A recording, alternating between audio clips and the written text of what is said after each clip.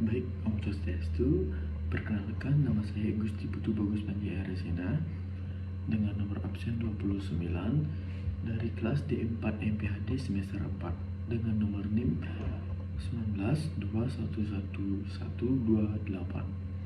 Di sini saya akan menjelaskan tentang apa yang saya pelajari di materi perencanaan karir dan juga kompensasi, yaitu tepatnya pada topik 8 atau topik 9. Baik, yang pertama saya akan menjelaskan tentang perencanaan karir, yaitu di topik 8. Perencanaan karir yaitu suatu proses di mana individu dapat mengidentifikasi dan mengambil langkah-langkah untuk mencapai tujuan karir. Di situ juga saya mempelajari tentang organisasi dalam pengembangan karir, yaitu yang pertama sebagai pendidikan karir, yang kedua sebagai data informasi, dan yang ketiga sebagai bimbingan karir. Dalam perencanaan karir di sana juga ada yang namanya kemendakan karir atau karir plateauing, yang merupakan sebuah titik di mana peluang meningkatkan karir sudah sempit. Plateauing ini menjadi perhatian yang serius karena beberapa karyawan berpotensi yang merasa karirnya meledak di suatu perusahaan akan memilih mengundurkan diri dari organisasi tersebut untuk mencapai kemajuan karir di tempat lain.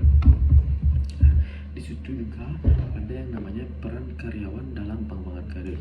Yang pertama itu meningkatkan unjuk kerja, yaitu menunjukkan hasil kinerja yang memuaskan sebagai bahan pertimbangan karir lebih baik. Yang kedua sebagai kemampuan individu.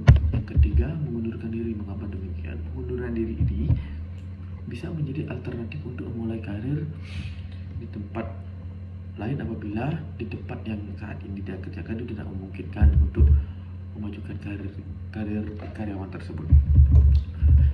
Yang keempat, mencari konsultan atau mentor. Yang kelima, meningkatkan keterampilan pribadi. Yang keenam, mengembangkan jaringan dan informasi. Yang ketujuh, memiliki semangat kompetisi. Mengapa demikian?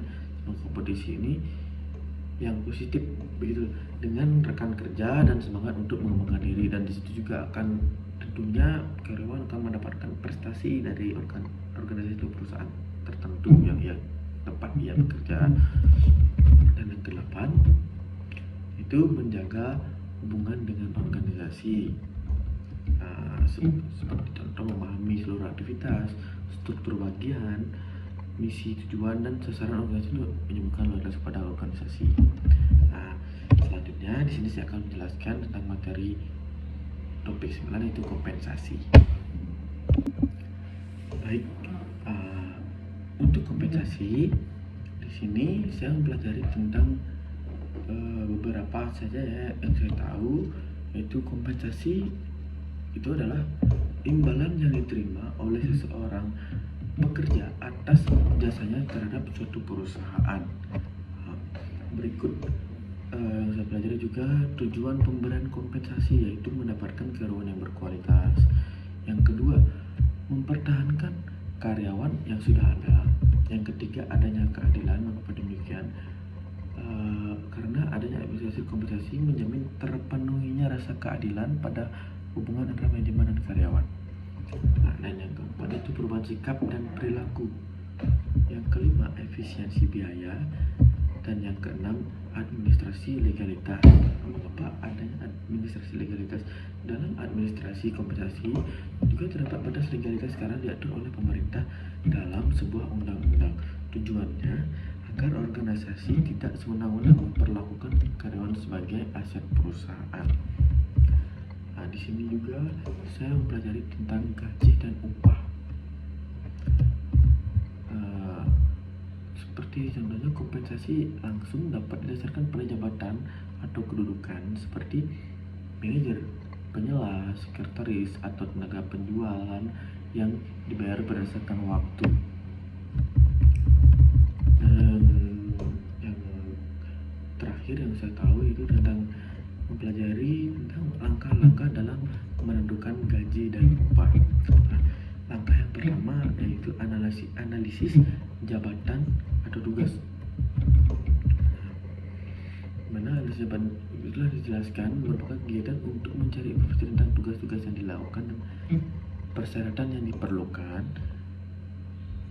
dalam melaksanakan tugas tersebut. Nah, yang kedua itu evaluasi jabatan atau tugas. Dan yang terakhir yaitu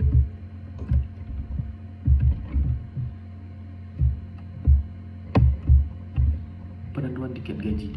Setelah evaluasi jabatan dilakukan untuk menciptakan keadilan internal yang menghasilkan ranking jabatan dan melakukan survei tentang gaji yang berlaku di pasar tenaga kerja. Selanjutnya adalah penentuan gaji, misalnya untuk penggunaan metode poin, faktor-faktor pekerjaan telah ditentukan poinnya, dan jabatan yang bekerja telah diketahui. Baik, mungkin demikian yang saya tahu, yang saya pelajari di topik 8 dan 9. Jika ada kekurangan, mohon maaf sebelumnya. Om Santi.